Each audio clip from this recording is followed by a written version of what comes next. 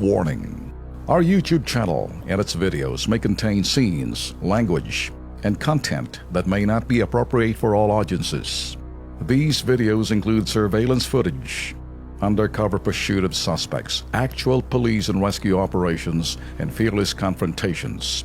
If you do not approve of the content, please do not watch our videos.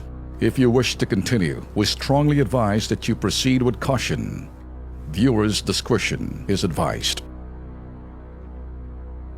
Ito ho yung ating sala ng mga balita. Ang tanong ho rito, may katuwiran ba't may K ba si former Vice President Binay?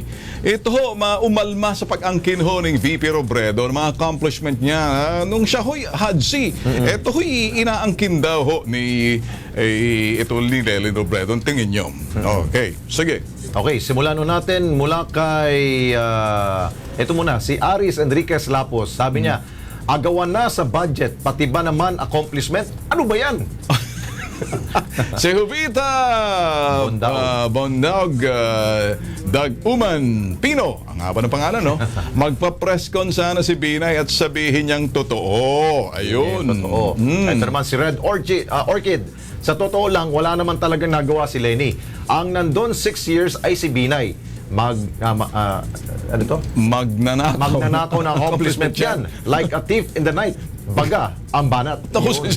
Si JC Rubino Solis, aba, matindi yan. Nag-aangkin na mga ginawa ng iba. Feeling ka, madam, ay ilang buwan ka pa lang nakaupo, lumalabas na ang kulay mo at sabay batikos pa kay President Digong. Ito ho'y mga wala ho kaming sala rito, ha? Hindi namin sinasala. Si Angel Shane de la Victoria, sana mai-confirm ni ex-VP Binay para malaman ng mamamayan kung ano yung kanya daw hong mga accomplishment noong time niya na nasa HADSI po siya. Okay, yun.